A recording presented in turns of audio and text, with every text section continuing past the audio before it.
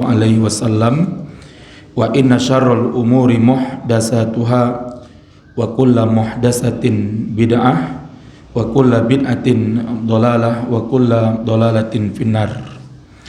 Baik, Bapak Ibu sekalian, para ikhwan wal akhwat jamaah salat maghrib Masjid Al-Fajar yang mudah-mudahan dimuliakan oleh Allah Subhanahu wa taala. Alhamdulillah, pada malam hari ini kita kembali bersyukur kepada Allah Subhanahu wa taala bisa kembali melaksanakan sholat maghrib berjamaah, dan kemudian kita duduk sejenak sembari menunggu masuknya waktu sholat isya, melanjutkan kajian kita. Dan kita masih berbicara tentang paham pertama atau sekte yang menyempal dari Islam. Yang pertama kali keluar adalah kelompok atau sekte Khawarij. Nah, ya. Jadi perlu dipahami bahwasanya sekte sempalan pertama di dalam Islam yang mereka kemudian menyempal dari akidah Islam, dari akidah Ahlus Sunnah wal Jamaah adalah sekte Khawarij. Yang mana sekte Khawarij ini keluar atau muncul di dalam Islam pasca terjadinya perang Siffin, ya, masih ingat ya? Perang Siffin adalah perang yang terjadi antara sahabat Ali bin Abi Thalib radhiyallahu taala anhu dengan sahabat Muawiyah, ya, radhiyallahu taala anhu, yang dikompori oleh seorang dedengkot munafik yang bernama Abdullah bin Saba, ya, yaitu seorang Yahudi yang urak-urak masuk Islam di eranya pemerintahan sahabat Utsman, dan kemudian dia menyembunyikan kekafirannya, dia menyembunyikan keyahudiannya dalam rangka untuk memecah belah kaum muslimin. Yang dari tangannya Abdullah bin Saba inilah kemudian nanti lahir kelompok yang kontra Khawarij, ya. Namanya adalah sekte kufur Rafidhah Syiah, ya. Tapi sekalian yang mudah-mudahan dimuliakan oleh Allah Subhanahu wa taala, kemarin sudah kita bahas bahwasanya salah satu akidah yang ada di dalam tubuhnya Khawarij adalah akidah takfir, ya. Mereka adalah kelompok yang paling cepat, ya, tergesa-gesa di dalam mengkafirkan umat Islam yang tidak sepaham dengan mereka, ya. Dulu kelompok pertama yang mereka kafirkan dari Khawarij ini adalah sahabat Ali dan sahabat Muawiyah, ya. Dan orang-orang yang menyepakati peristiwa tahkim, ya. Jadi ketika terjadi perang Siffin ini, yaitu antara sahabat Ali dengan sahabat Muawiyah, terbunuh ribuan umat Islam, tapi nggak sampai angkanya, tidak sampai lebih dari 10.000 orang, ya. Karena nanti ada sebahagian ahli sejarah yang memang membesar-besarkan jumlah, ya. Mereka ada yang mengatakan bahwasanya korban dalam perang Siffin ini mencapai puluhan ribu umat Islam. Ini adalah sebuah narasi sejarah yang dusta, ya. Jadi Dr.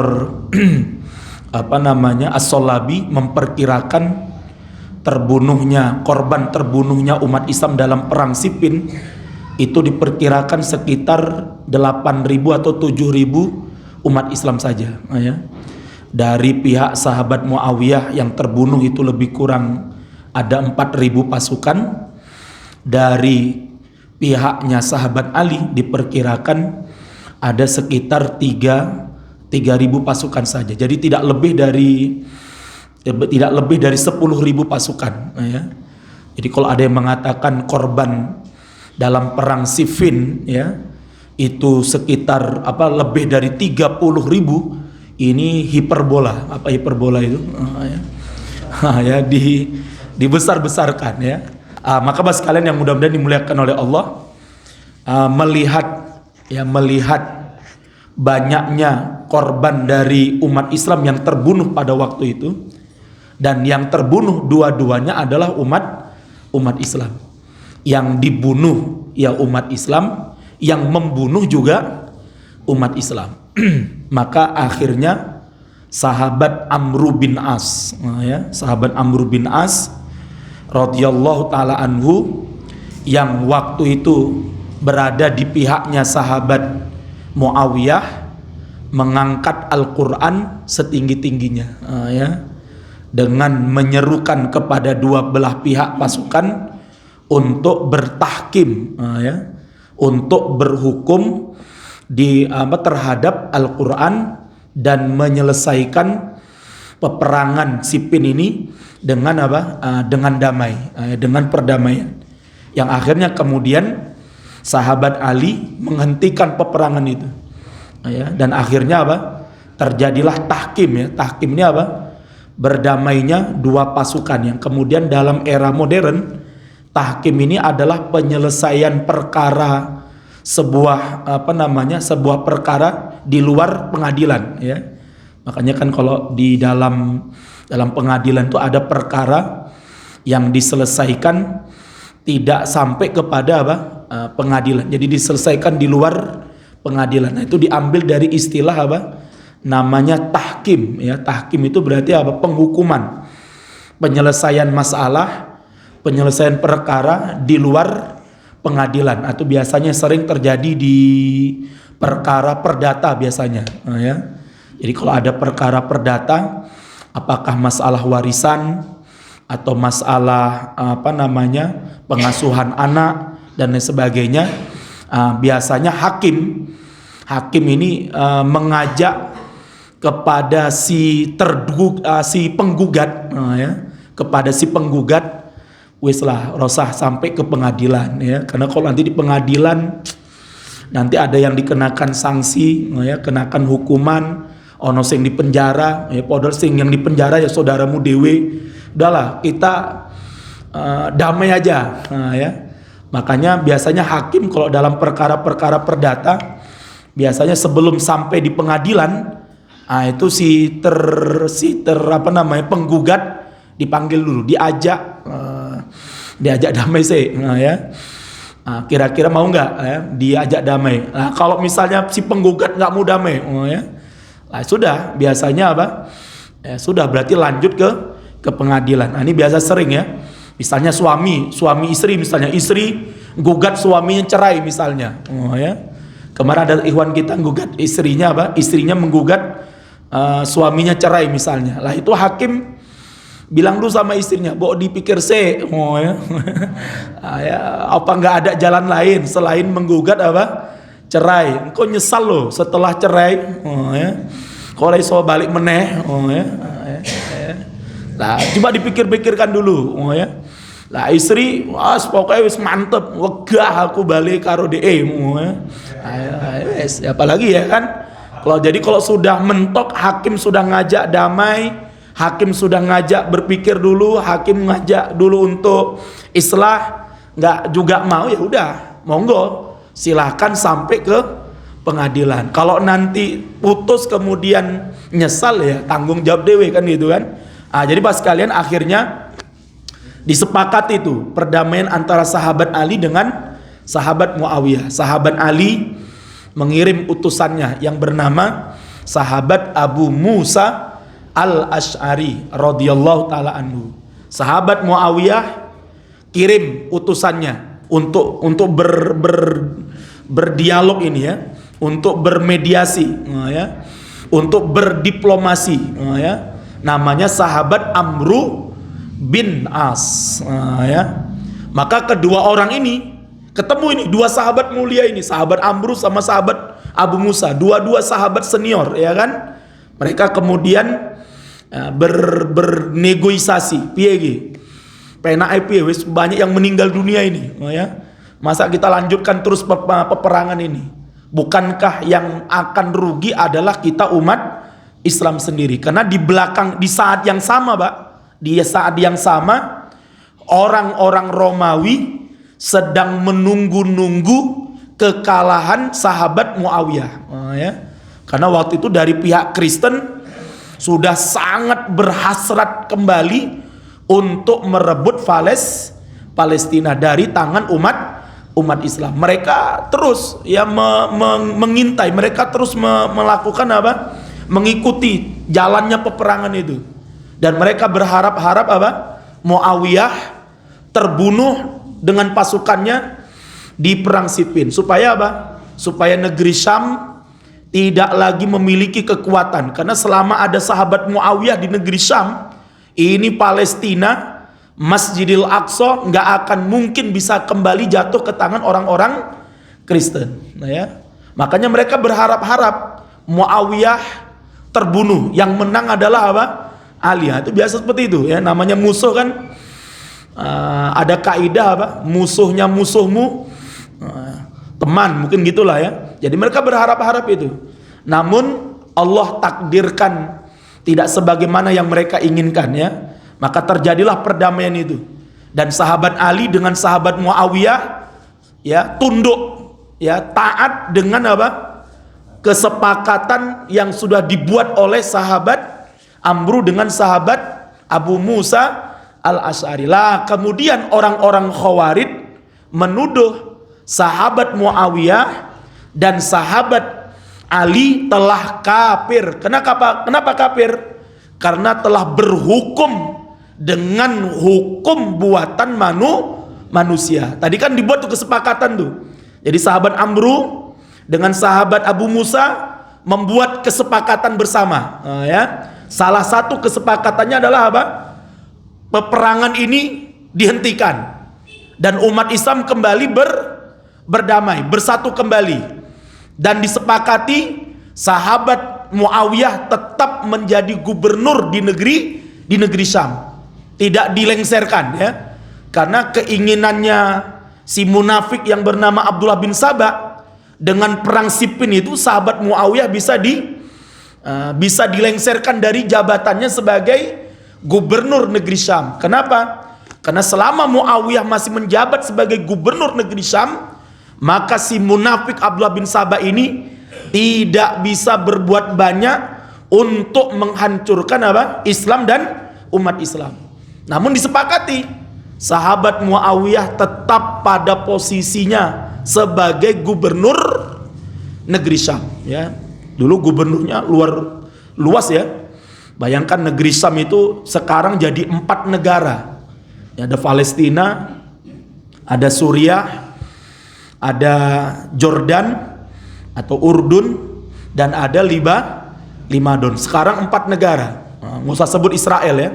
Israel itu bukan negara yang benar, bukan negara yang diakui, itu negara penjajah. Jadi kalau mau lihat hari ini real sebuah penjajahan itu, lihatlah negara Palestina. Itu real hari ini, Pak.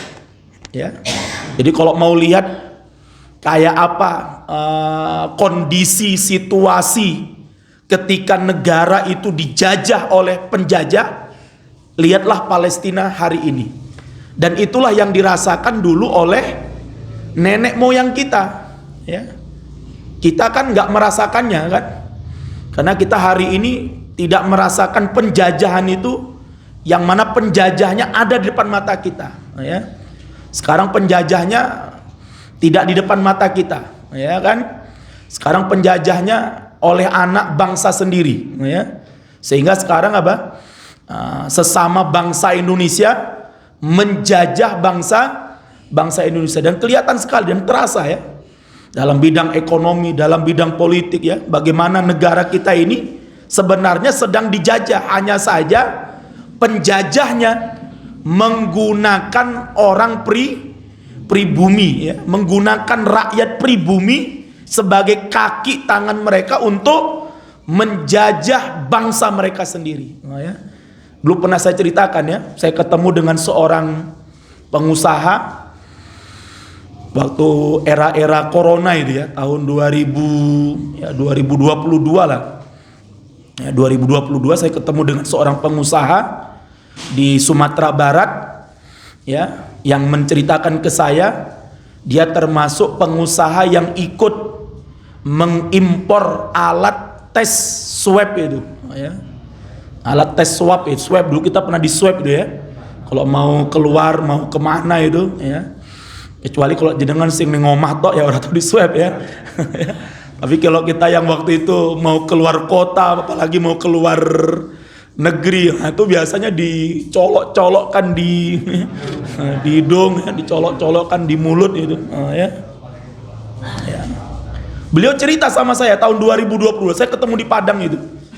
Ya, habis makan dia cerita, Ustadz tahu nggak berapa alat tes swab ketika kami mengimpornya? Itu harganya Ustadz 10.000. 10.000 Pak. Antum masih ingat berapa harga swab pertama-tama kali dijual itu? 950.000. Kalau jenengan pernah di swab awal-awal ketika tes swab itu diberlakukan, itu harganya Pak 950.000. Karena saya merasakan, saya waktu mau keluar kota itu ya. Kemudian karena banyak diprotes ya, akhirnya diturunkan jadi 450.000 ya. 450.000. Bayangkan tuh, dari 950 turun bebas 450. Kemudian terakhir ketika corona sudah mulai ya, jadi 100.000 per swab itu ya. Sekarang orang sing swab gratis pun wegah. Siapa yang mau di swab coba? Gak ada. Jadi antum bisa bayangkan Mbak, kalau benar nih ucapan si pengusaha ini Mbak, mereka mengimpor alatnya itu 10.000 per biji, mereka jual 950.000. Ini kan namanya apa ini ya? Bukan perampokan lagi nih Mbak ya. Ini penyedotan darah itu apa namanya? Kalau Dracula itu apa ini? Ya. Ini jahat bener nih Pak, penjahat bener ini. Sama rakyatnya aja pun dia tega Pak, sama rakyatnya tega. Antum bayangkan Pak, sama rakyatnya dewe loh, tega.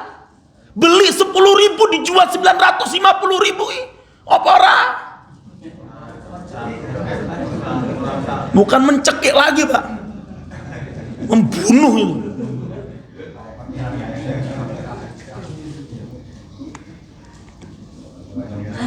Itu yang kemarin lebih parah lagi. Saya waktu kemarin kemarin acara podcast sama Bang Edi, siapa itu? Bang Edi, Edi siapa namanya itu? Edi Mulyadi ya. Dia kemarin melakukan investigasi di tanah yang sekarang akan dibangun Pantai Kapuk Indah yang kedua. PIK ya, Pantai Indah Kapuk ya, PIK yang kedua. Jadi Bang Edi Mulyadi itu cerita sama saya. Dia kemarin investigasi ke sana. Wah, itu lebih ngeri lagi Pak. Itu harga tanah di PIK waktu tahun 2010, waktu pembangunan PIK yang pertama Pak, itu harganya sudah 250.000 zaman itu loh. Sekian tahun yang lalu, ketika pembangunan PIK pertama itu harga tanah di sekitar itu Pak sudah dihargai berapa? 250.000. Jenengan tahu sekarang 2024 itu harga tanah jadi berapa? 50.000. Bayangkan tuh, di mana di Solo yang ada tanah semakin tahun semakin turun, di mana coba? Ada di Purbayan ini? Kalau ada saya mau beli. Bener. Kalau ada di antara jenengan tanahnya turun, tak beli Pak. Jadi itu tanah dulu Pak, sekian tahun yang lalu harganya 250.000. Sekarang Mereka jual, mereka minta, mereka paksa rakyat untuk jual berapa? Yang lebih ke loro-loronya Pak, setelah deal itu mereka jual 50.000 Pak, belum lagi pembayaran. Besoknya sudah ada plang itu, sudah ada pamflet itu, kalau nggak salah harganya per meter itu dijual 25 juta atau berapa itu. Itu apa enggak yang menjual tuh artinya keloro-loro itu ya. Mereka jual 50.000, belum lagi dibayar, belum dibayar Pak. Besok sudah ada tuh plakat besar, tanah ini dijual per meternya 2.500.000, kalau bukan 25 juta, 2.500.000. Bayangkan itu. Bisa dicek itu nanti. Bayangkan Pak, dari 50.000 mereka jual sekian. Lah maka Pak sekalian, ini Pak dilakukan oleh sampai Pak Edi Mulyadi bilang, Bang Edi ini bilang sama saya, Ustadz Saud, siapa pemain-pemainnya? Kepala desa, RT, RW, Bayan, ikut menjadi ya, apa istilahnya itu ya, makelarnya para aseng-aseng ini Pak, cukong-cukong, wal iyadzubillah. Bayangkan tuh teganya mereka terhadap rakyat sendiri. Ini penjajahan yang dilakukan oleh anak bangsa sendiri Pak. Demi Allah lebih kejam daripada penjajahan yang dilakukan oleh orang luar Pak. Naudzubillah min dzalik. Lah maka Pak sekalian, jangan sampai itu terjadi kepada diri kita ya, kepada masyarakat kita. Jadi hari ini Pak, masyarakat sudah miskin ya, sudah susah. Si anu malah memboroskan, menyebarkan uang, menghambur-hamburkan duit negara hanya untuk perayaan HUT RI di IKN. Itu sewa dukunnya aja Pak 9 miliar itu.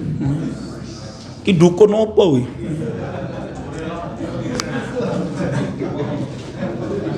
Coba baca berita yang kemarin kan, berapa miliar tuh nyewa dukunnya supaya nggak jadi hujan. Naudzubillah min dzalik. Padahal di saat yang sama kemarin di Jakarta ada seorang ojol itu sedang antri pesanan meninggal dunia. Ketika dicek oleh teman-temannya di tasnya, di sakunya, dia nggak punya duit Pak.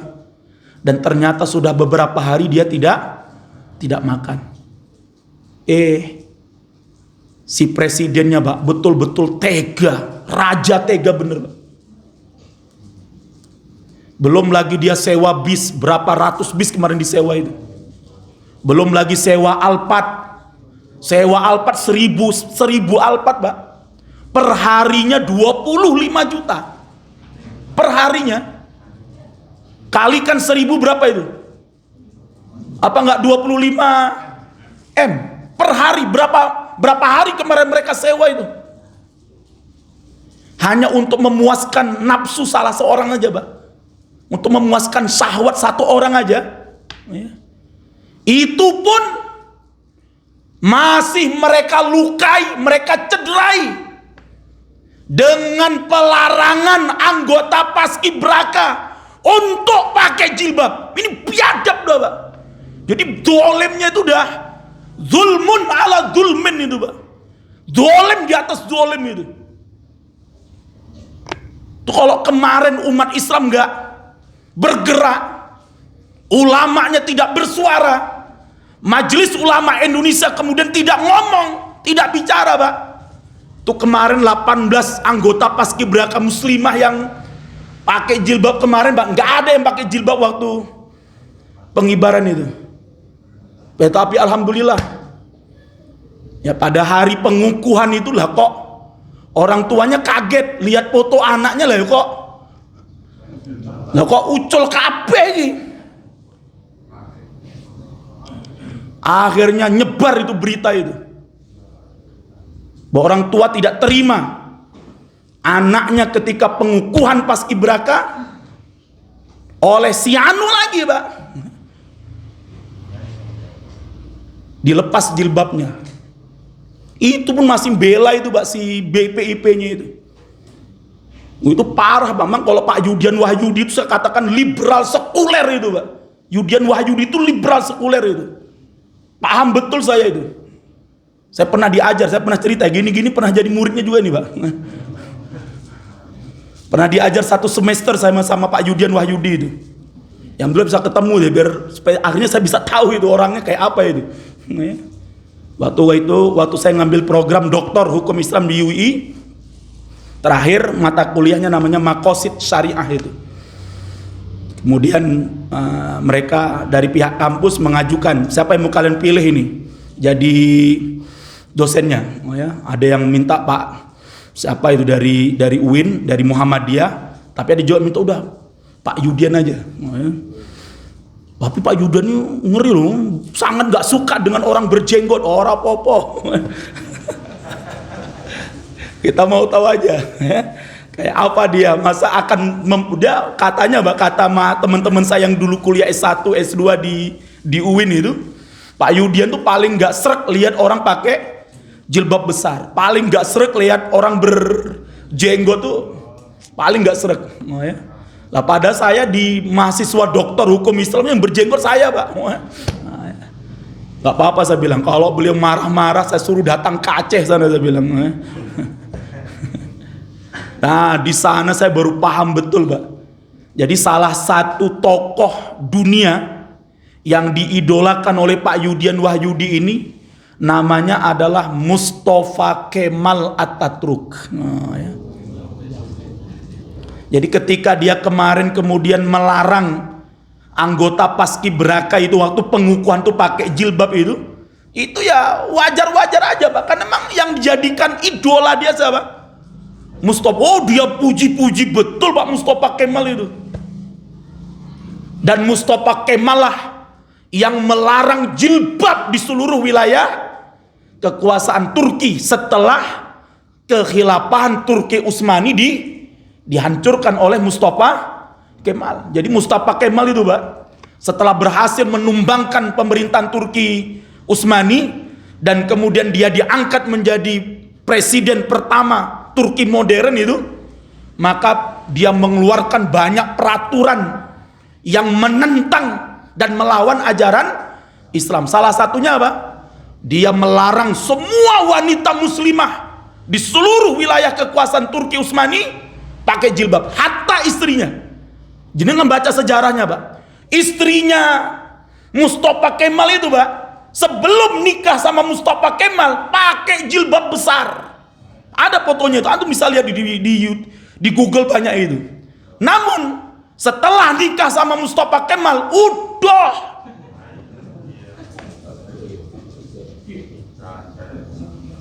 kemudian apa lagi? Mustafa Kemal melarang di seluruh wilayah kekuasaan Turki kaum muslimin laki-laki pakai sorban, pakai kolan suang, nggak boleh. Dan Mustafa Kemal kemudian apa? Mengimpor jutaan topi pet itu, topi pet itu ya, topi yang dipakai yang ada kepala depannya. Dia paksa seluruh laki-laki muslim di Turki itu apa? Untuk pakai topi sebagai pengganti daripada sorban. Dan dia haramkan bahasa Arab di Turki Pak. Jangankan ngomong pakai bahasa Arab, adzan itu dilarang oleh Mustafa Kemal. Nggak boleh pakai bahasa Arab, wajib pakai bahasa Turki. Kalau orang Jawa bilang wedian orang ini gitu loh. Mohon maaf ya.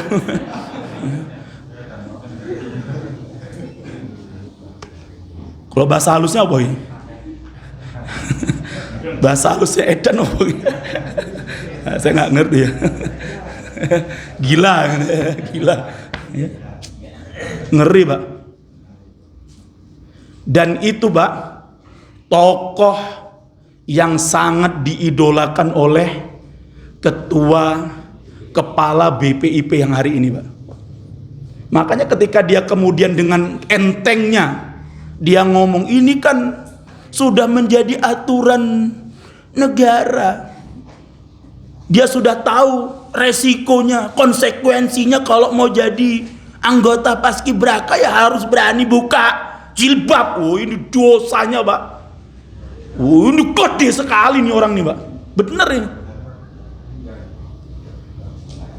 Bahkan kalau itu dia lakukan untuk menentang saat bisa kufur itu Pak. Wallahi.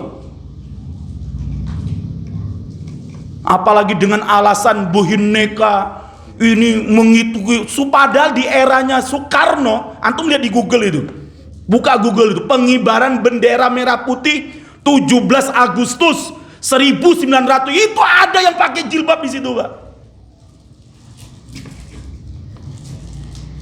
Selama ini kita nggak pernah Pak ada larangan, sudah sekian puluh tahun Indonesia merdeka itu, udah 78 tahun Indonesia merdeka, nggak ada larangan paskibraka pakai jilbab. Ini mau turun aja Pak, mau lengser 2 bulan Pak, masih aneh-aneh loh. Astagfirullah, masih seng-seng ya, seng apa gini. Pada tinggal 2 bulan lagi loh. Kemarin yang lebih parah lagi tuh Pak, setelah dia pidato pidato di DPR, di MPR itu ya, dan sudah minta maaf itu, sampai katanya saya juga nggak lihat Pak, males saya lihatnya, padahal sampai nangis bu. Besoknya Pak masih nanda tangani peraturan pemerintah tentang alat kontrasepsi juga. Ini Pak betul-betul merusak negeri ini, bukan hanya luarnya saja dirusak Pak, dalamnya aja pun dirusak. Padahal hari ini Pak anak-anak di luar itu Pak, naudzubillah min dzalik, jangankan diberi gratis Pak, orang dikasih gratis supaya mereka tuku dewe kok. Mereka zina tuh beli sendiri kok, nopo meneh di kei, di gratisi. Saya yakin Pak bisa jadi dulu waktu dia jadi presiden itu bisa jadi salah satu pendonornya kemungkinan ya pengusaha kondom gue. Bisa jadi Pak. Terakhir mungkin belum entuk jatah ya, mungkin ya aku yang jaluk no. Piye iki kowe arep lengser 3 bulan nih, masa aku urung entuk? Mungkin loh ya. Mungkin loh ya. Namanya kita masih menduga-duga kan. Ya. Sing liyane wis entuk lho. Sing raja minyak wis entuk, ya. Makanya bagaimana liciknya mereka, Pak. Dulu Airlangga itu ketika menjual ya, PCO namanya, PCO atau CPO ya. Oh ya. PCO, minyak mentah dari sawit, pengolahan sawit itu kan bisa jadi 2, Pak. Ya. Satu bisa jadi minyak goreng, satu bisa diolah menjadi solar. Nah ya. Sekian tahun yang lalu waktu corona itu, ketika minyak goreng sampai melonjak, masih ingat waktu itu ya? Harga minyak goreng 1 liter itu kalau nggak salah saya sekitar 40.000 atau 30.000 waktu itu. Itu kan ternyata kan di Airlangga kan melepas 2.000 kontainer CPO ke luar negeri itu, Pak. Untuk dijadikan sebagai apa? Sebagai solar. Karena waktu itu harga solar lagi naik-naiknya, lagi tinggi-tingginya itu. 2.000 kontainer, Pak. Dulu dia aman-aman aja mungkin. Dulu, sekarang tinggal lengser dari Prabonmu ke Prabonmu, atau tak ceplos ke neng Haji Miskin, miskin. Di mana itu? Di ya suka miskin ya. Pilih di. Duit duit catatan lo, 2.000 kontainer pirang M gue, Pak. 1 kontainer CPO tuh berapa harganya coba itu? Kalikan 2.000. Kepilih lengser dari ketua Golkar. Makanya Pak, tiba-tiba nggak ada angin, nggak ada hujan, nggak ada petir, nggak ada tsunami, ya. Tiba-tiba Airlangga ngundurkan diri dari ketua Golkar. Langsung di Jakarta terpampang foto katanya apa? Mendukung Gibran sebagai ketua umum Golkar. Dari sini Pak kita bisa paham betul Pak. Sehingga saya yakin Pak, kenapa PKS juga sama PKS hari ini Pak. Nyesel saya milih PKS. Dan wallahi saya nggak akan coblos lagi itu Pak. Wes, mohon maaf ya, kalau ada PKS di sini, ya sudah ya. Anda sudah dibela-bela sama umat Islam tahun 2024 ini. Ya. Sampai ulama-ulama menyerukan, ayo coblos PKS, coblos PKS. Ya. Ternyata setelah dicoblos, malah deklarasi karo Bobi ki sapa iki? Belum lagi kemarin mau deklarasi sama siapa itu? Kaisang ya. Lah haula wala quwata. Ini PKS ki arep ngopo? Ada sini anggota PKS ya, mohon maaf ya. Sudahlah cukup sekali saya nyoblos PKS itu Bang. Nah terus jenengan harap nyoblos saya nanti buat partai dewe ya. Ora ya ora. Ternyata Pak nggak bisa dipegang juga kata-katanya ya kan. Kemarin sebelum pemilu wah manis banget tuh ya. Maka besok Pak saya pilkada pun insya Allah kayaknya udah istikharah saya itu ya. Wes semuanya. Tangan saya nggak usah kotori lagi Pak. Alhamdulillah kemarin yang saya pilih waktu calon DPRD-nya itu DPRD tingkat itu Pak yang kemarin orang Arab yang menimpa Pak Kuatli itu ya. Ya. Saya coblos karena saya pernah ketemu. Bismillah, meninggal alhamdulillah. Ya. Alhamdulillah itu wes pokoknya itu udah jadi amal soleh saya lah udah. Bismillah Pak Kuatli meninggal ya. Jadi Pak sekalian, nah ini ya. Jadi kalau sekelas PKS saja pun Pak masih ngene-ngene. Tapi memang berat Pak yang namanya di partai itu ya. Bisa jadi mungkin hari ini tokoh-tokoh partai, ketua-ketua partai itu sudah dijebak semua ya. Nah, akhirnya tersandra dengan kasus-kasus. Naudzubillah min dzalik. Lah maka Bapak sekalian yang mudah-mudahan dimuliakan oleh Allah, begitulah penjajahan yang dilakukan oleh anak bangsa sendiri Pak hari ini, oleh anak bangsa sendiri. Mereka nggak peduli itu Pak. Mau rakyatnya miskin, mau rakyatnya nggak bisa makan, mau rakyatnya nggak bisa belajar. Yang penting saya akan menumpuk apa? Kekayaan dan kekuasaan untuk kelompok dan keluarga saya. Naudzubillah min dzalik. Lah oleh sebab itu Bapak sekalian yang mudah-mudahan dimuliakan oleh Allah, maka kemerdekaan itu aslinya adalah merupakan nikmat yang terbesar di sisi Allah Subhanahu ya, itu merupakan nikmat terbesar dari Allah Subhanahu wa taala Pak ya. Kita nggak bisa bayangkan ya kalau dulu negara ini masih terjajah itu Pak ya, kayak apa hidup kita ya. Maka kemudian para ulama berjuang ya, meneteskan air mata, neteskan keringat, neteskan darah, bahkan sampai apa? Nyawa sekalipun mereka korbankan untuk teraihnya apa? Kemerdekaan ini. Maka kata Allah Bapak, qul bifadlillahi wa birahmatihi fabidzalika fal yafrahu. Oleh sebab itu kata Allah, katakanlah Muhammad, karena keutamaan dari Allah dan rahmat darinya hendaklah kalian bergembira. Jadi boleh kita bergembira dengan hari kemerdekaan itu boleh Pak.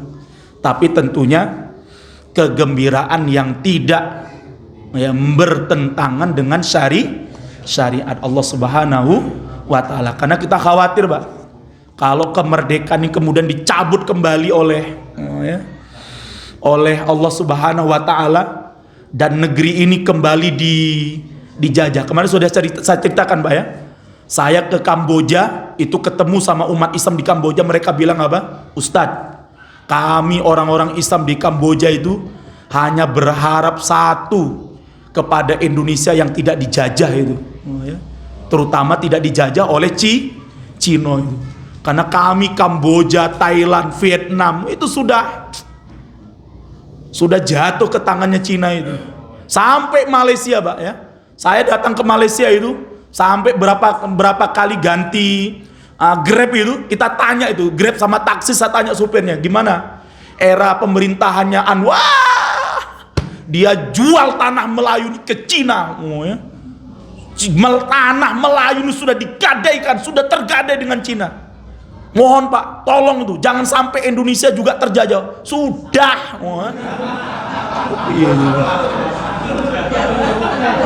Waduh. Jadi Pak, Masya Allah ya, harapan umat Islam di luar Indonesia, Pak, Malaysia, Kamboja ya, itu berharap-harap jangan sampai Indonesia jadi apa? Terjajah, Pak. Tapi faktanya ini sudah disahkan, Pak. Asing itu asing dan asing boleh memiliki tanah HGU dan tanah apalagi satu lagi itu. Ya. Itu 190 tahun sama 160 tahun. Niki sama aja, Pak. Di KI. Siapa sing urip tekan kono kuwi? Ini naudzubillah min dalik, Pak. Oleh sebab itu Pak sekalian, maka mudah-mudahan nanti di pemerintahannya siapa ini? Prabowo ini. Walaupun ya kita masih ya belum bisa, Pak, ya. Masih ya, belum bisa percaya juga ya. Tapi tetap kita berharap kepada Allah Subhanahu wa taala ya. Ada yang memperkirakan ya, Prabowo untuk saat ini mungkin masih ngene jarine ya, si ngene ya. Nanti kalau sudah dilantik langsung ya. Tapi ya mbuh ya. Ya. Oh, burung Garuda nih weneng ikai wis ngene. Dan itu dikritik, Pak, dikritik ya. Ya, kalau memang mengambil falsafah lambang negara Indonesia itu Pancasila di IKI, dia seharus kepala Garudanya yo tegak, ya. Orang ini mungkin ya. Tapi kata ininya siapa namanya itu, tukang apa namanya itu ya? Wah, ini untuk melambangkan supaya kita tidak sombong. Menunjukkan bahwa Garuda ini isin ya. Isin aku. IKN dibangun pakai duit rakyat, isin. Lalu deh. Ngumpet nih. Coba jenengan udah lihat belum? Jangan-jangan belum lihat ini ya. Lama kawan sekalian, kita doalah ya kepada Allah, tetap berdoa kepada Allah ya. Dan hanya kepada Allah kita berharap, ya kan? Allah yang muqallibal qulub ya, Allah yang mampu mengubah, membolak-balikkan hati seseorang. Maka berbanyak doa kita, Pak, mudah-mudahan Allah Subhanahu wa taala selamatkan negeri dan bangsa ini ya. Dan jangan sampai Allah cabut kemerdekaan dari negeri ini. Karena kalau sempat Allah cabut, Pak, naudzubillah min dzalik ya, ngeri. Sekarang pun kita sudah rasakan ya beratnya pendidikan, beratnya kita nyari maisha ya, beratnya ekonomi, beratnya nyekolahkan anak, beratnya sudah, Pak ya, naudzubillah min dzalik ya. Demikian Pak sekalian kajian yang dapat kami sampaikan, mudah-mudahan bermanfaat. Semoga Allah Subhanahu wa taala turunkan kebaikan kepada negeri kita ini dan Allah cabut kedoliman atas negeri kita ini. Kita akhiri dengan doa kafaratul majelis. Subhanakallahumma bihamdika asyhadu an la ilaha illa anta astaghfiruka wa atubu ilaik. Billahi taufiq wal hidayah. Assalamualaikum warahmatullahi wabarakatuh.